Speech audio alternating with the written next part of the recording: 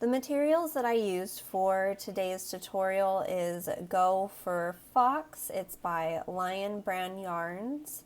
There's 65 yards of this per skein. I used one full skein for the size that I will be demonstrating. If you are going to be working a larger cowl and you want it wider, then you will want to get at least 2 skeins of these. The hook size, sorry that it is dirty, the hook size that I'm going to be using is an 8mm crochet hook. And that is all we will be needing, guys, and a pair of scissors when you are done with your ends. So let's go ahead and take a look at how we make this beautiful cowl. To begin, we are going to make a chain. For me, this is going to be a chain of 45, so this is what you want to wrap and fit around your neck. We are going to be working this piece flat and then attaching it at the end to make it circular. So to begin, I'm going to do a chain of 45. So the chains are pretty easy. Just make sure that you do it relatively, loose. The first row is going to be the hardest of this project. The chaining is not too hard. So go ahead and chain 45 or as many chains as you would like to fit around your neck. If you would like it to be longer around your neck, then do more initial chains. But if you're following along with me, do 45 and meet me back here. So here I ended up chaining 50 stitches instead of 45. Like I said, we are going to be working this flat and then we will attach it at the end. So this is going to be the hardest part, is working this first initial chain, because as you see, you can't really see your stitches, so I just really work off of feel. So I feel there's a bump there, there's 2, so then into the third chain from your hook, you are going to do a double crochet. Once you get past this first row, it is much easier. So we yarn over, pull through 2, yarn over, pull through 2. Now the first couple stitches are going to count as the end of the row.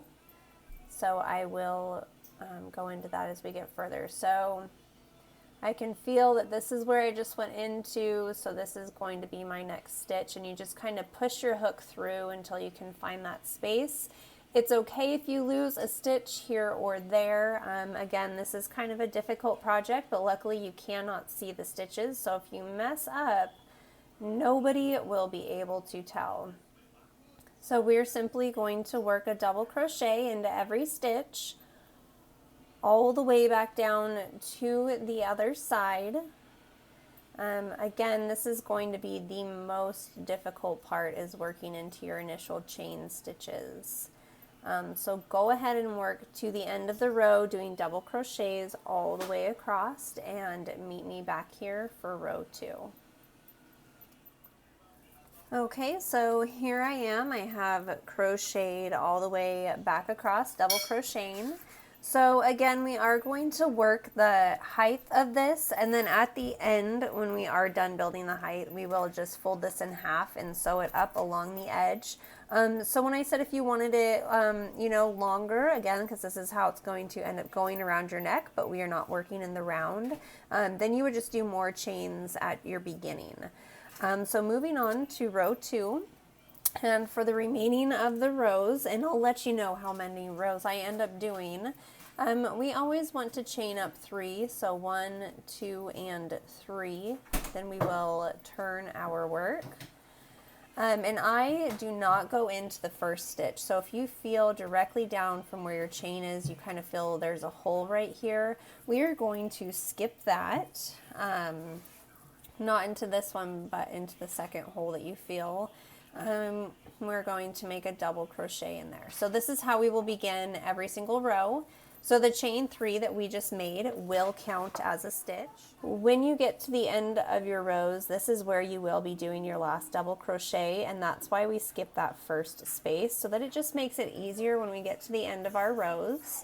So now moving on, you just stick your finger in and try and find your next double crochet just on the top of that. And then you make a double crochet all the way across. You really have to rely on your fingers, but once you get past that first row, it's much easier. So you just have to feel where those holes are, and we're going through both loops, and we're going to crochet all the way back down to the other side until we get to where this hole is here, and that's where we're going to place our hook to do our last double crochet. So go ahead and continue to do your rows back and forth until you have it the width that you want. Again, we are going to be folding this over to make the round portion. So this is for the, you know, the height of your cowl. So go ahead and do that. I'll let you know how many rows I end up doing, and I will meet you back here.